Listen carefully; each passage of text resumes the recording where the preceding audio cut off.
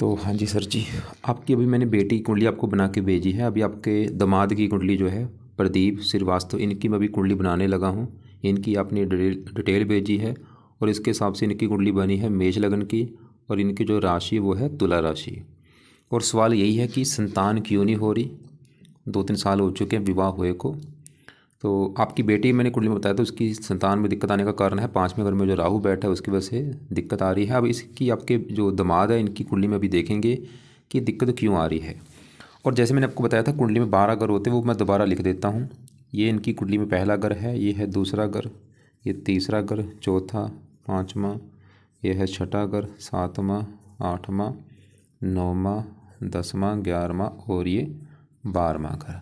अब ये जो 12 घर हैं इन घरों से कुछ ना कुछ देखा जाएगा। जैसे कि पहले घर से इनका हम शरीर देखेंगे, दूसरे घर से धन के बारे में जानेंगे, तीसरा घर इनके छोटे भाई बहनों का है, चौथा घर माता मकान वाहन, पाँचवां घर बच्चों का, छठा शत्रु रोग कर्जा, सातवां पत्नी का है, आठवें घर से उम्र देखेंगे, नौवें घर से भाग्य है, 10वां घर काम काज, 11वां आमदनी लाभ और 12वें घर से इनके खर्चे देखेंगे।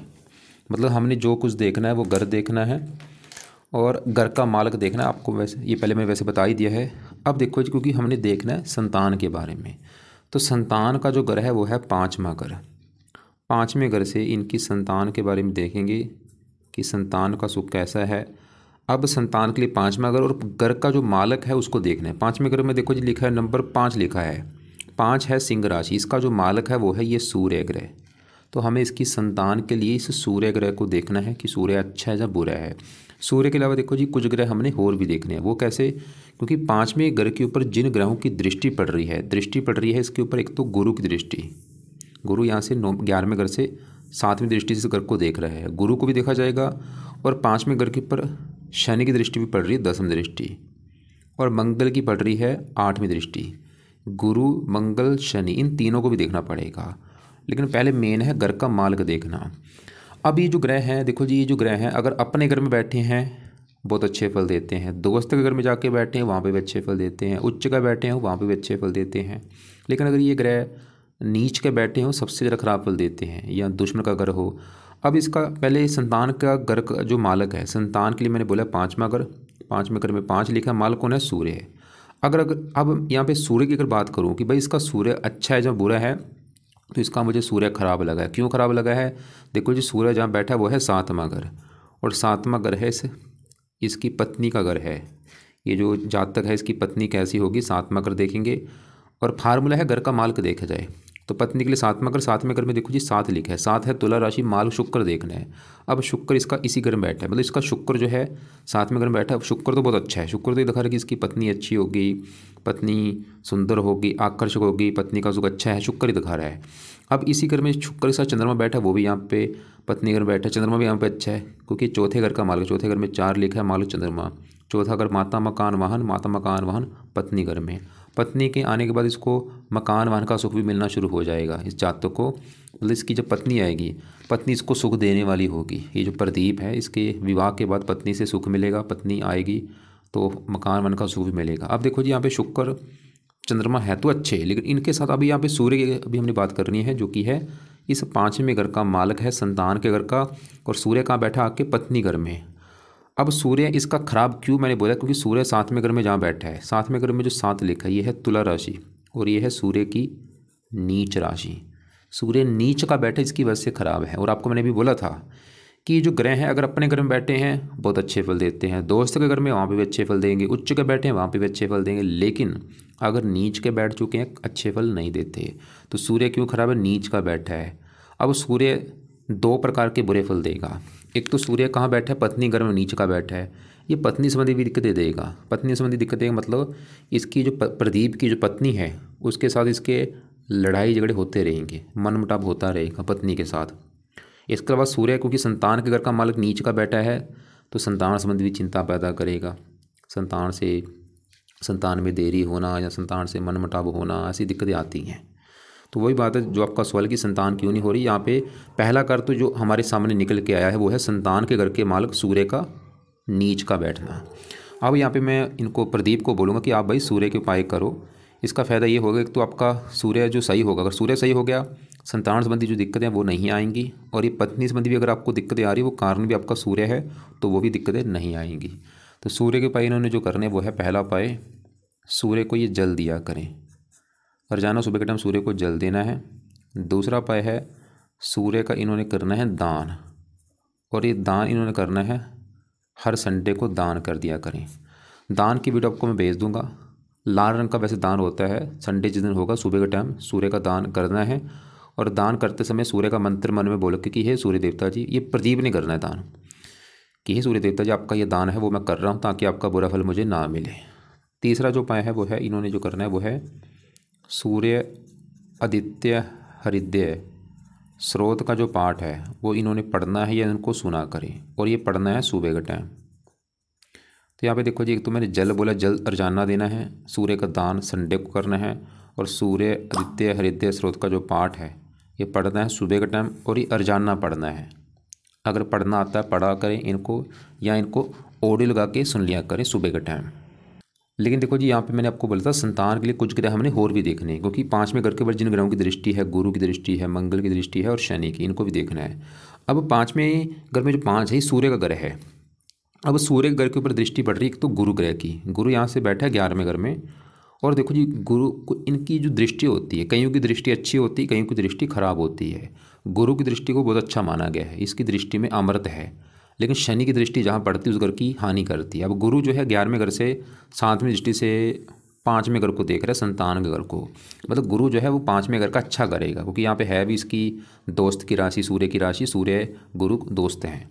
मतलब गुरु 5वें घर का अच्छा करेगा, संतान के घर को देख रहा है। गुरु तो ये दिखा रहा है कि भाई संतान का सुख अच्छा मिलेगा, और गुरु एक पुरुष ग्रह है। गुरु तो इसके पुत्र के योग लेके बैठा है कि इसको पुत्र का सुख मिलेगा, और बल्कि संतान होने के बाद इसको इसका भाग्य भी साथ देगा, क्योंकि भाग्यश होके गुरु 5वें घर को देख रहा है।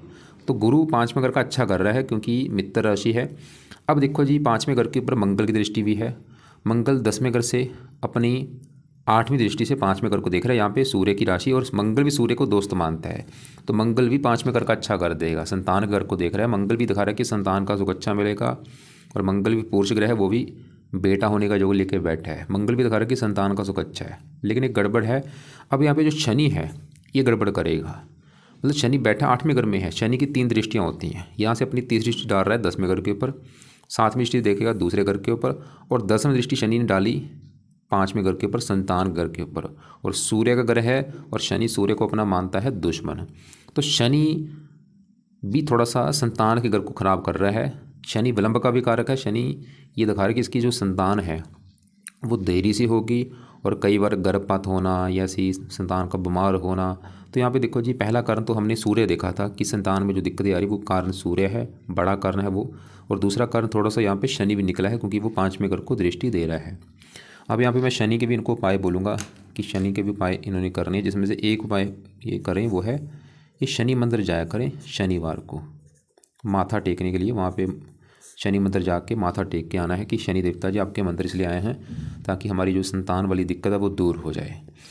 अब देखो जी, हमने क्या देखा कि संतान संबंधी दिक्कतें आने के 2 कारण हैं। एक तो संतान के घर का मालिक सूर्य नीच का बैठा है, और ऊपर से संतान घर के ऊपर है शनि की दृष्टि। लेकिन यहाँ पे जो बड़ा कारण है वो है सूर्य है, क्योंकि वो घर का मालिक है और नीच का बैठा है। शनि भी कारण है, लेकिन उसको इतना मैं बड़ा कारण नहीं मानूंगा। लेकिन देखो जी, एक होती है सतमांश कुंडली।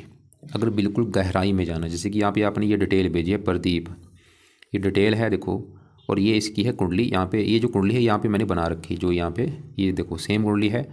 अब मैंने क्या बोला कि सतमांश कुंडली होती है। सतमांश कुंडली किसके लिए होती है? बच्चों के लिए होती है। अभी वो यहाँ पे मैं दिखाता हूँ उसमें क्या दिख रहा है। सतमांश कुंडली में देखो जी, यहाँ पे देखो लिख रखा है संतान और उसकी संतान। इसकी मतलब जो प्रदीप है इसकी संतान के बारे में ही सतमांश कुंडली को भी देखा जाएगा। अब सतमांश कुंडली में क्या देखना है, क्योंकि सतमांश कुंडली में हमने 5वां घर ही देखना है। ये जो 5वां घर है संतान का घर होता है, इस 5वें घर को देखा जाएगा इसकी संतान के लिए। अब 5वें घर में इसके देखो जी केतु बैठा है। अब केतु जब भी 5वें घर में बैठता है संतान संबंधी दिक्कतें पैदा करता है, जहाँ केतु हो या राहु। और यहाँ पे 11वें घर में राहु बैठा है। राहु अपनी 7वीं दृष्टि से 5वें घर को देख रहा है, और केतु 5वें घर में बैठ के क्या दिक्कतें करता है, संतान का पत्नी का गर्भपात होना, या संतान का देरी से होना, या लड़कियां ज़्यादा होना, या संतान ऑपरेशन के द्वारा होना, ऐसी दिक्कतें आती हैं। तो इसकी देखो जी, हमने क्या देखा कि सतमाश कुंडली में भी दिक्कत आने का कारण दिख रहा है। मतलब इस कुंडली में ये जो लगन कुंडली, इसमें तो कारण है ही, 5वें घर का माल नीच का है और शनि की दृष्टि है, लेकिन जो सतमाश कुंडली है संतान वाली, उसमें भी दिक्कतें आने का कारण है। और उसमें दिक्कतें आने का कारण कौन सा है? 5वें घर में केतु बैठा है और राहु 11वें घर से उस घर को देख रहा है। तो यहाँ पे इसको मैं केतु राहु के भी उपाय बोलूँगा करने के लिए, और वो अभी आपको मैं उपाय बाद में बताता हूँ क्या उपाय हैं। लेकिन इसको देखो जी, वही एक उपाय इन्होंने भी करना है, वो है संतान गोपाल स्रोत का पाठ इन्होंने जरूर पढ़ना है। संतान गोपाल स्रोत का जो पाठ है, इनकी पत्नी ने भी करना है, इन्होंने भी करना है। गोपाल स्रोत सुबह के टाइम, ये सुबह शाम ये दोनों पढ़ना है या सुना करें। तो संतान संबंधी दिक्कतें आने का आपको कारण पता चल चुका है। कितने कारण हैं? एक तो संतान के घर का माल सूर्य नीच का बैठा, वो सबसे बड़ा कारण, उसके यहाँ पे उपाय मैंने लिख दिए हैं। दूसरा कारण शनि 5वें घर को देख रहे हैं, शनि के यहाँ पे उपाय मैंने लिख दिया है कि शनि मंदिर जाया करें, हर शनिवार को माथा टेक के आना है। और बाकी जो सतमाश कुंडली में, वहाँ पे भी कारण है। 5वें घर में केतु बैठा है और 11वें घर से राहु उस घर को देख रहा है। अब वो तो यही संतान की बात। अब देखो जी, इसकी कुंडली में वैसे एक बार दूसरे ग्रह, सभी ग्रह देखूंगा कि बाकी ग्रह इसकी कुंडली में कैसे हैं। जैसे अभी हमने यहाँ पे 7वें घर में बैठे शुक्र को देखा था। शुक्र तो बहुत अच्छा था कि अपने घर में बैठा है, पत्नी के लिए अच्छा, क्योंकि ये 7वां घर पत्नी का घर है। और इसी घर का माल शुक्र अपने घर में बैठा है, पत्नी अच्छी होगी, समझदार गुणी होगी। और इस घर में चंद्रमा वो भी अच्छा था, चौथे घर का मालक है, मकान वन का सुख मिलेगा। खासकर पत्नी के आने के बाद ये सुख बढ़ने शुरू हो जाएंगे। अब यहाँ पे इसके मंगल को विस्तार में मैं जानता हूँ। मंगल इसका मुझे बहुत अच्छा लगा है। ये जो 10वां घर है, 10वां घर कुंडली में काम का जो होता है, पिता का भी होता है, सरकार, मान प्रतिष्ठा। अगर ये चीज़ें इसकी जो प्रदीप है, मतलब प्रदीप के अगर काम काज के बारे में जानना, 10वां घर देखेंगे। इसका पिता, सरकार, मान प्रतिष्ठा 10वें घर से। और फार्मूला है घर का मालक देखा जाए तो 10वें घर में देखो जी लिखा है 10 मकर राशि है, मालक इसका है शनि। हमें शनि को भी देखना पड़ेगा और 10वें घर में आके बैठे मंगल को भी देखना पड़ेगा। अब मंगल जो है 10वें घर में यहाँ पे बैठा है, जो 10वें घर में 10 लिखा है, ये है मकर राशि, जो कि मंगल की है उच्च राशि। तो इसका मंगल मैंने बोला है मुझे बहुत अच्छा लगा। क्यों लगा? क्योंकि उच्च का बैठा है, उच्च का ग्रह बहुत अच्छा होता है। तो मंगल तो भाई 10वें घर का बहुत अच्छा करेगा। 10वां घर इसके काम काज का है। मंगल इसको नौकरी कारोबार का सुख बहुत अच्छा देगा। 10वां घर पिता का है, पिता के लिए अच्छा है, सरकार का सुख अच्छा मिलेगा, सरकारी नौकरी के बड़े लेवल पे योग है, मान प्रतिष्ठा अच्छी मिलेगी। और मंगल इस कुंडली में जिस घर का मालक है वो है ये पहला घर, क्योंकि पहले घर में जो एक लिखा है मेष राशि मालक मंगल। पहला घर इसका शरीर, हेल्थ, स्वभाव, रंग रूप। मंगल शरीर का मालक उच्च का बैठे, इसके शरीर को अच्छा रखेगा, हेल्थ, स्वभाव, रंग रूप अच्छा। और चौथी दृष्टि से मंगल अपने घर को देख भी रहा है। मंगल इसको काफ़ी पराक्रमी बनाएगा, साहसी बनाएगा, उद्यमी बनाएगा, गुणी बनाएगा, विद्वान बनाएगा, समझदार बनाएगा। मंगल इसका भाई बड़े लेवल पे अच्छा है। तो इसके देखो जी, हमने अभी शुक्र, सूर्य, चंद्रमा, मंगल देख लिया है। गुरु भी यहाँ पे 9वें घर में बैठा है, भाग्येश है, 9वें घर का मालक है। 9वें घर से इसका 9वें घर से भाग्य देखा जाएगा। भाग्य के लिए 9वें घर में 9 लिखा, मालक गुरु। 11वें घर में बैठा आमदनी, भाग्यवंश इसको आमदनी देगा, लाभ देगा, इच्छाएं पूरी कर देगा। इसकी देखो जी कुंडली में, ये जो कुंडली है, इस कुंडली में मुझे राहु और केतु, ये 2 ग्रह बहुत ज़्यादा खराब लगे हैं। क्यों खराब लगे हैं?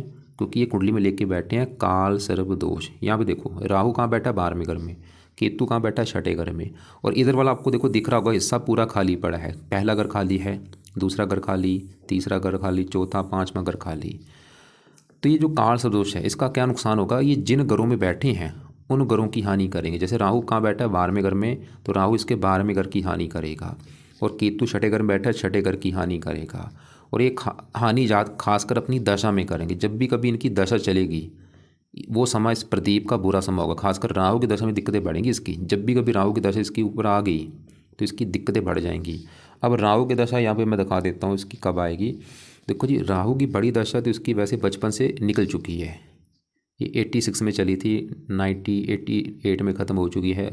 बचपन में इसको काफ़ी दिक्कतें आई होंगी, 1-2 साल की जब दशा थी। जहाँ ये दशा छोटी दशा में ये 1 में चली थी, 2001 से लेके 4 तक। ये चाहे नोट कर ले प्रदीप कि इस समय भी इसको काफ़ी दिक्कतें आई होंगी 2001 से लेके 4 तक। या ये पीछे शनि की दशा में भी राहु की दशा थी 17 से लेके 20 तक। इसमें भी चाहे नोट कर ले कि 17 से लेके 20 तक इसमें भी दिक्कतें आई होंगी। मतलब जब भी कभी राहु की दशा आनी है, दिक्कतें आनी है। अभी बुध की दशा में आगे जाके आएगी 32 से लेके 35 तक, इसमें भी दिक्कतें बढ़ेंगी। दिक्कतें देगा क्या राहु? सवाल ये है। राहु 12वें घर बैठा, 12वां घर खर्चे का है, खर्चे बढ़ाना, और भी पैरों में कष्ट होना, आँखों में कष्ट होना, नींद में कमी करना, डरावने सपने आना, हजारों दिक्कतें पैदा करता है। ये 3 दृष्टियाँ, 5वीं यहाँ पे चौथे घर के ऊपर मकान वाहन संबंधी दिक्कतें आना राहु की दशा में। 6ठे घर को शत्रु रोग, कर्जा बढ़ाना। 9वें घर को 8वें घर को देखा स्ट्रगल बढ़ाना। राहु का भी आपको मैं उपाय बताऊंगा क्या है। अब ऐसे केतु छठे घर में बैठा है, छठा घर रोग का है, केतु भी अपनी दशा में रोगी बनाएगा, शत्रु बढ़ाएगा, कर्जदार बनाएगा। मतलब इसको देखो जी, दोनों के उपाय वैसे भी करने जरूरी हैं, क्योंकि ये दोनों ग्रह मुझे अच्छे नहीं लगे। तो दोनों के उपाय करने से और भी जो फायदे वो मैंने बोला था कि सतमांश कुंडली में, क्योंकि केतु 5वें घर को खराब कर रहा है, जो कि संतान नहीं हो रही, वहाँ पर भी कारण केतु राहु है। तो अगर ये राहु केतु के उपाय करेगा तो एक तो इसकी जो संतान संबंधी दिक्कतें आ रही वो नहीं आएंगी, और वैसे भी जो कुंडली में दोष है ये दोष भी खत्म होगा और इन घरों की हानि नहीं होगी। अब इनके उपाय क्या है, सवाल ये है। पहले राहु की अगर बात करूं तो राहु का पहला उपाय है, इन्होंने राहु कवच का ये पाठ पढ़ा करें। रात के समय पाठ पढ़ना है या इसको सुनना है रोजाना, चाहे पढ़ ले चाहे सुन ले रात के समय। दूसरा है राहु का जितना हो सकता है दान किया करें ताकि शांत हो। जो भी राहु की वस्तुएं दान वाली वो किया करें, और ये दान की वीडियो आपको मैं भेज दूंगा। तीसरा उपाय है, राहु जो है शिव जी का भक्त है। अगर ये जातक जो प्रदीप है शिव जी की अगर पूजा उपासना करता है, राहु कष्ट नहीं देगा। नीले कपड़े कम पहना करें। राहु जब 12वें घर में होता है, ऐसे लोगों को खाना जो है रसोई में बैठ के खाना चाहिए। इसको मैं बोलूँगा कि जब भी खाना खाओ रसोई में बैठ के खाना खाओ, कम से कम 3 टाइम में 1-2 टाइम रसोई में बैठ के खाना खाया करो। और राहु की अभी क्योंकि दशा है नहीं, आज अगर दशा होती तो उपाय मैं और थोड़े से ज़्यादा बढ़ा देता, क्योंकि चलो दशा जब इसकी कभी होगी उस समय उपाय ज़्यादा करने हैं। ऐसे केतु छठे घर में है तो इसके लिए इन्होंने करना है पहला उपाय, केतु कवच का पाठ भी पढ़ना है रात के समय जब सुनना है। 2-2 मिनट के पाठ है, ज़्यादा टाइम नहीं लगेगा। दूसरा है केतु का दान करना है, और दान है कुत्तों को रोजाना रोटी डालनी है।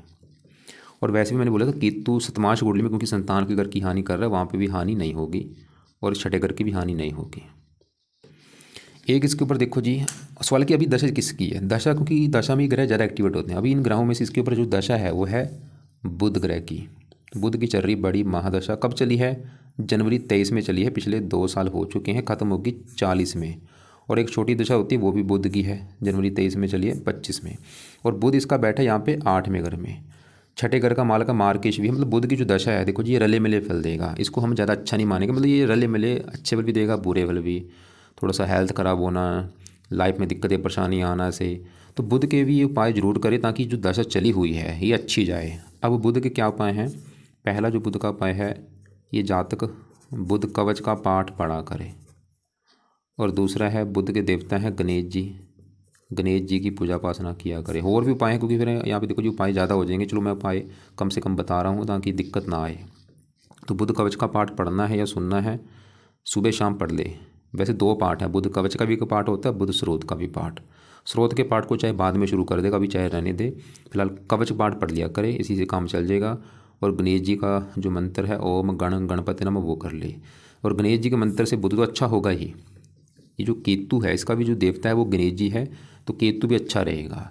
तो कुल मिला के देखो जी, मैंने आपके इसकी जो संतान वाली दिक्कत है उसके हिसाब से भी आपको मैंने उपाय बता दिए हैं, और वैसे भी कुंडली के हिसाब से जो ग्रह अच्छे बुरे हैं उनके हिसाब से मैंने आपको उपाय बता दिए हैं। तो उपाय जो भी यहाँ पे मैंने लिख दिए, मैं दोबारा रिपीट कर देता हूँ। कुछ उपाय हैं सुबह का टाइम। सुबह क्या करना है, सुबह इन्होंने सूर्य को जल देना है, ये सुबह का टाइम करना है। और सूर्य आदित्य हृदय स्रोत का जो पाठ है ये सुबह पढ़ना है या सुनना है। और रात के समय इन्होंने राहु कवच का जो पाठ है और केतु कवच का पाठ, दोनों पाठ रात को पढ़ने हैं या सुनने हैं। और बुध कवच का पाठ सुबह शाम दोनों टाइम ये कर लिया करें, चाहे या एक टाइम कम से कम जरूर करें। इसके अलावा इनको मैंने राहु का दान बोला है। केतु का जो दान है वो है कुत्तों को रोटी डालना। राहु की जो दान है वो वीडियो आपको मैं भेज दूंगा, वो दान ये किया करें। और राहु के लिए शिव जी की पूजा उपासना करनी है, और केतु के लिए गणेश जी की पूजा उपासना।